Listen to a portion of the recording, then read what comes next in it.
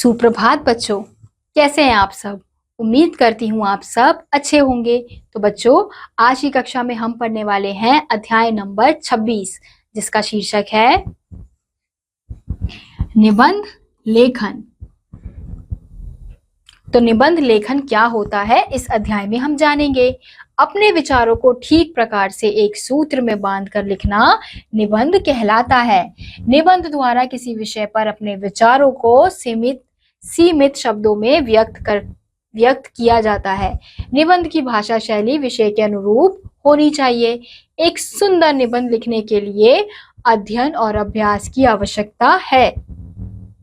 हिंदी भाषा में निबंध लेखन का विशेष महत्व है। अब हम यहाँ देखेंगे निबंध के भेद। पहला है वर्णनात्मक निबंध। इस प्रकार के निबंधों में वर्णन की प्रधानता रहती है। इनमें स्थानों, वस्तुओं, ऋतुओं आदि का वर्णन होता है। दूसरा है विवरणात्मक निबंध। इस प्रकार के निबंधों में विवरण की प्रधानता रहती है। इसमें यात्राओं, जीवनियों, घटनाओं आदि का वर्णन होता है। तीसरा है विचारात्मक निबंध। इस प्रकार के निबंधों में विचारों की प्रधानता रहती है। इसमें तर्क और दृष्टांत देकर पक्ष विपक्ष का विवेचन किया जाता है। इनमें किसी समस्या पर विचार किया जाता है, जैसे बेरोजगार की समस्या, दहेज प्रथा, शिक्षा प्रणाली के गुण दोष, राष्ट्र प्रेम आदि। अगला है भावात्मक निबंध। इनमें भाव की प्रधानता रहती है। लेखक अपने अनुभवों को मनोवेगों की तीव्रता के साथ प्रस्तुत करता है। इस प्रकार के निबंधों की शैली भावुकतापूर्ण होती है। काल्पनिक निबंध भी इसी श्रेणी में आते हैं। अब हम देखेंगे यहाँ पे निबंध लेखन में बरती जाने वाली सावधानियां। निबंध लिखते समय ध्यान रखने योग्य बातें निम्नलिखित है। लिखने से पहले निबंध की एक रूपरेखा तैयार करना आवश्यक है। निबंध के प्रत्येक अनुच्छेद में आपस में संगति रखनी चाहिए। एक बात को केवल एक ही बार दिया जाना चाहिए। निबंध के बीच विचार को सुस्पष्ट बनाने के लिए संबंधित महापुरुष की सोच और कर्म का हवाला अवश्य दिया जाना चाहिए। प्रत्येक वाक्य सरल और सुबोधगम्य शब्दों में रहना चाहिए। जिस विषय पर निबंध लिखना हो उसकी पूर्ण जानकारी का रहना आवश्यक है, अन्यथा विचार व्यवस्थित रूप से व्यक्त होने लगेंगे। तो पहला निबंध का विषय है खचाखच भरी सड़क पर शाम की सैर। जीवन नाना प्रकार की अभूतपूर्व अनुभूतियों का सम्मिश्रण है। यहाँ आने वाला प्रत्येक पल अनिश्चितता से परिपूर्ण है और वह अनिश्चितता कौतूहल उपस्थित करती है। नगरों महानगरों में तो यह अनिश्चितता प्रायः पग पग पर लगी रहती है। साय के समय भीड़ भरी सड़क से गुजरना भी एक विचित्र अनुभूति है। साय के समय सड़कों पर अधिक भीड़ कई कारणों से होती है। आप देखिए, स्कूलों की छुट्टी का भी वही समय है, दफ्तरों की छुट्टी का भी वही समय है, लोगों का खरीदारी करने का भी वही समय है। गली या सड़क स्कूल छोड़ने वाले बच्चों कॉलेजों से आने वाले छात्र छात्राओं से भर जाती है। कुछ वाहन स्कूल के छोटे बच्चों को लिए आते जाते भीड़ को जैसे चार चांद लगाते हैं। पैदल चलने वालों में धक्का मुक्की होती है। बस या ट्रेन पकड़ने की जल्दीबाजी में लोग एक दूसरे से आगे बढ़ने की तैयारी में होते हैं, अतः धक्का मुक्की आम बात हो जाती है। बस के इंतजार में बड़ी देर तक खड़े रहना बेकार मानकर घर की ओर पैदल चलने वालों को भी भीड़ का एक अंग बनना पड़ जाता है। भीड़ से गुजरते समय हम ध्यान दें तो पाएंगे कि हम विभिन्न प्रकार के दृश्यों से दो चार होते हैं। एक और फेरी वाले अपने लक्ष्य की ओर जाने की जल्दी में भागती भीड़ का ध्यान आकृष्ट करने के लिए अपने माल की बिक्री के लिए शोरगुल करते दिखते हैं।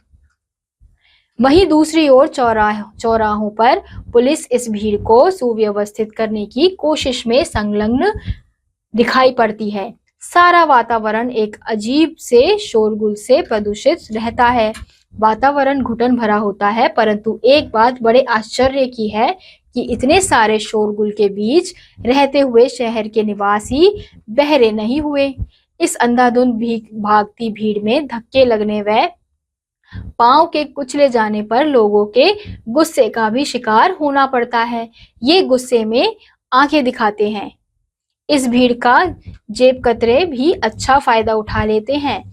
ऐसी भीड़ से गुजरकर जब आप अपनी पोशाक और हेयर स्टाइल देखते हैं तो समझते देर नहीं लगती कि इन्हें जितने परिश्रम से तैयार किया था वह बेकार हो गया है।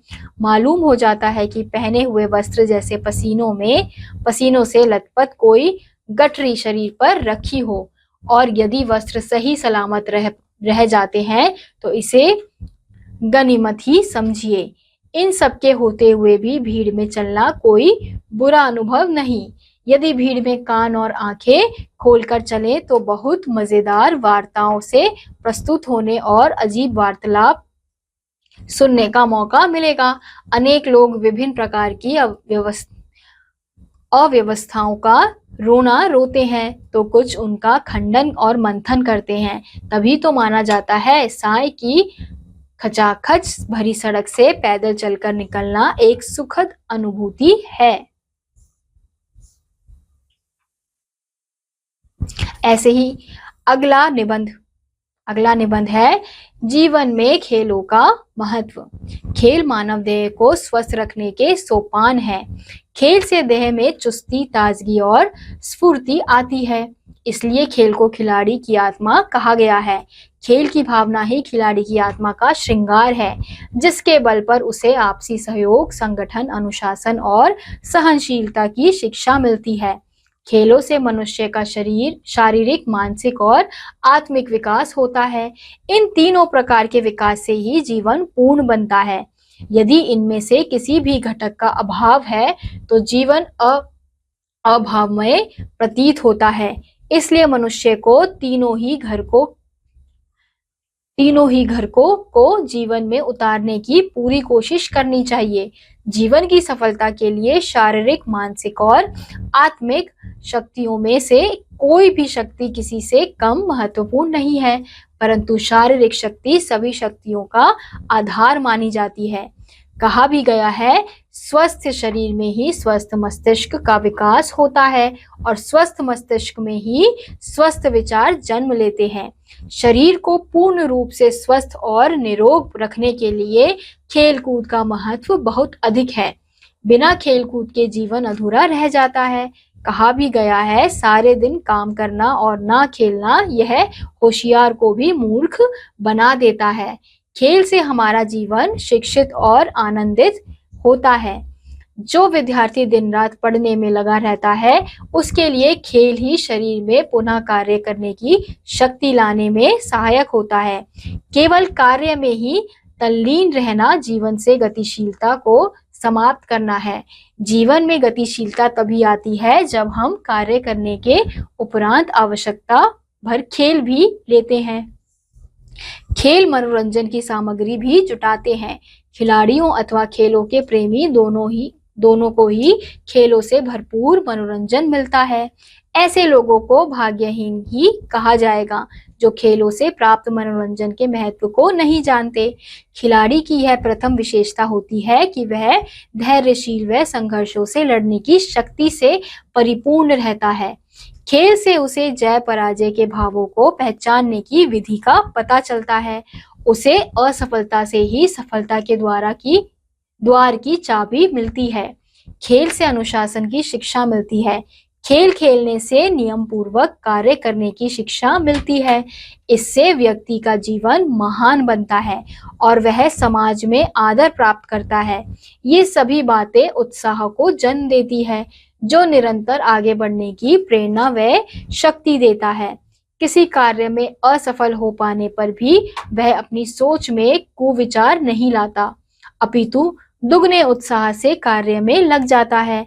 इस प्रकार हमारे जीवन में खेलों का विशेष महत्व है, जिससे हमारा जीवन संपन्न और खुशहाल बनता है।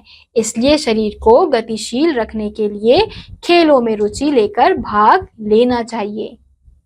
तो ये थे बच्चों हमारे कुछ निबंध के उदाहरण। अब आपको यहाँ पे कुछ और उदाहरण दिए गए हैं आदर्श नागरिक का, चरित्र निर्माण का। तो इन्हें पढ़कर आप समझ सकते हैं और आप भी अन्य अलग अलग विषयों पर निबंध लिखने का अभ्यास कर सकते हैं। तो इसी के साथ आज का ये अध्याय यहीं समाप्त होता है। उम्मीद करती हूँ आपको यह अध्याय समझ आया होगा। मैं आपसे मिलूंगी अगली कक्षा में, तब तक के लिए नमस्कार।